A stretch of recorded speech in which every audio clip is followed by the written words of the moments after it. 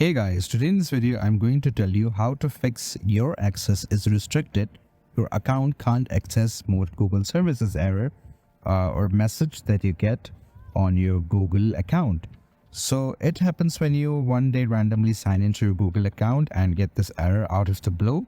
And if you do, let me just tell you how to fix it. So the first thing that you have to do is you have to open your Google account and you'll get a message that your account is restricted and you cannot access it.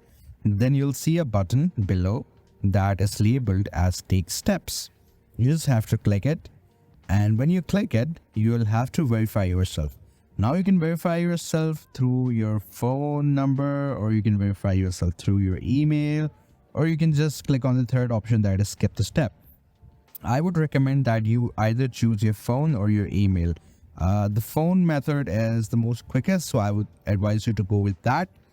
And then if you choose the phone verification, then in the next step you'll have to enter your phone number, then click next.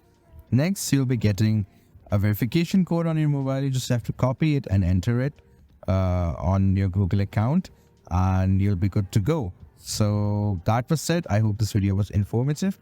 Please do like the video and subscribe to the channel to see more content like this. I'll see you in the next one.